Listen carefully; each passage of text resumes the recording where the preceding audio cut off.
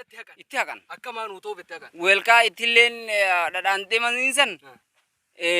nu duraa cabxii yoo bira dabarreen caljaanii dhagaan kun eegaa waan awliyaa wayii ta'e awliyaa wayii tokkotti beekan.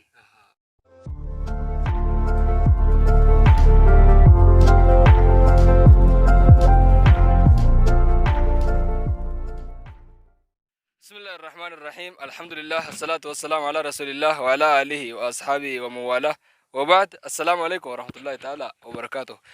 دعوتو تخنيا أكمل أرجع جرتان دعان كلال وقودها الناس والحجارة دعاء درا ربي قدتي جبر ما تره خنا قرتي أما جا نمني را بلسوم الجرا ما هستري أو سينا دعاء خنا را نموتا ندرا عمري دانجران خندرا سينا سادا كوبا كبان نتيجا hedduu xiqqum tokko guyyaa tokkoof lammafaadhaan ani immoo umrii tiyya keessa dhaqqabe malee seenaa isaa akkaan hin dhaqqabne warra nu dura bubbula jirurraa eegartee kaa irraa seenaa isaa waliif himuuf yaana dhihaadhaame dhaguma kana namni rabbi jee na milkeessa yoon isa maarree godhe na kasaara jee namni wal sodaachisee sodaachaa ture gamanaan mirgaa kiyyatti kan argamu sheeka keenya shee sultaanii jira gamanaanis akkasuma abbaa Muhammad Abdoos shee Abdooshi jira isaan irraa meerra seenaa dhagaa kana waan harkan haanuuf himanii meegaa eenyuun eegala sheeka keenya shee sultaaniin eegalla sheeka meegaa seenaa dhagaa kanarraa maaliif dhagaa ushoo jaaniin dhagaan kun dhagaa ushoo jaama maaliif jaaniin nuuf himtanii akkasuma namni akkam godhaa ture akkami gartee gabbaraa turanii sababaa kamiin himee rabbittiin dilaawaa turaniis nuuf himtan. Bismillah alhamdulillah salaatu wasalaamu ala rasulillah dhagaa kana seenaa isaa hoggaa dhageenyu nuti ushoo jabbii takkaatu gaafa duraa dachiinis akkanatti gayyaatee hin dhumne gaararraa hoggaa buxaalte asirra bulte jan gama gadi kanaan dhooqaa achis gubbaadhaan karaatu achi duuba bahaa yeroo duraa gaafa duraa san as gubbaa bulte jan jabbiin gaara kana gubbaarra gandaa jira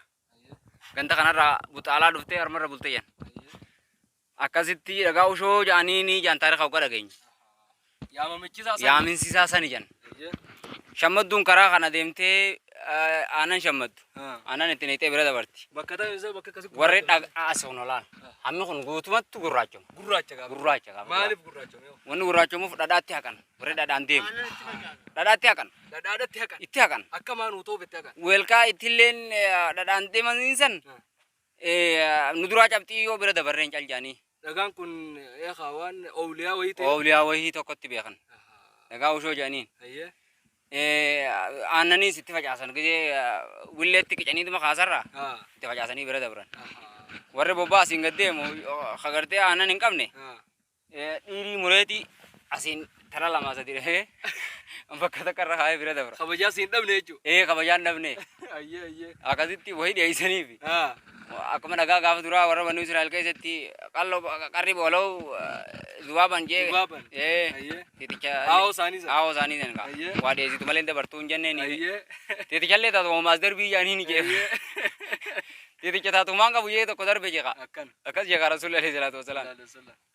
akaan ani teetichuma kanaa hin dhiyeessuuf hin darbu rabbi gaditti waa takka leewu teetichuma kanaa uuma rabbiiti hin darbu jee dideeti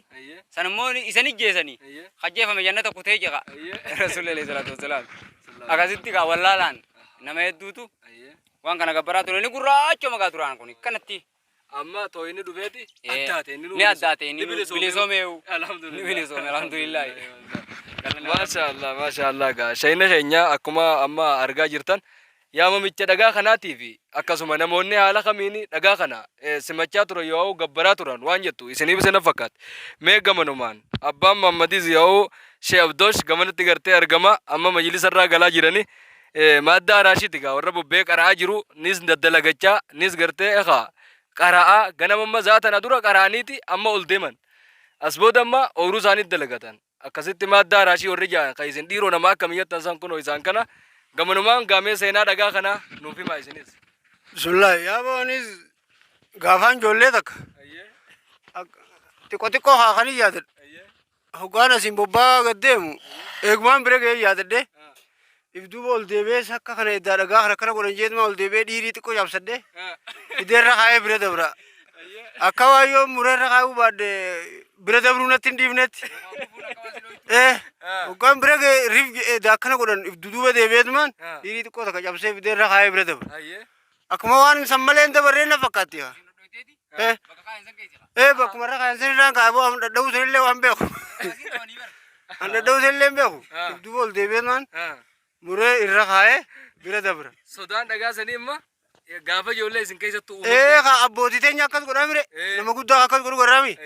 Lakkumaani kun dhagaa nuun barannee gaafa akkana jennu kan namni maaf akkana godhaa osoo takka aliifuun jiin tuni nu keessa dhuftetti qofalle gaa wanni kun dhagaa namni maaliif guddinuma keessa ka akkasitti nu keessa dhiqamte osoo nuun baratin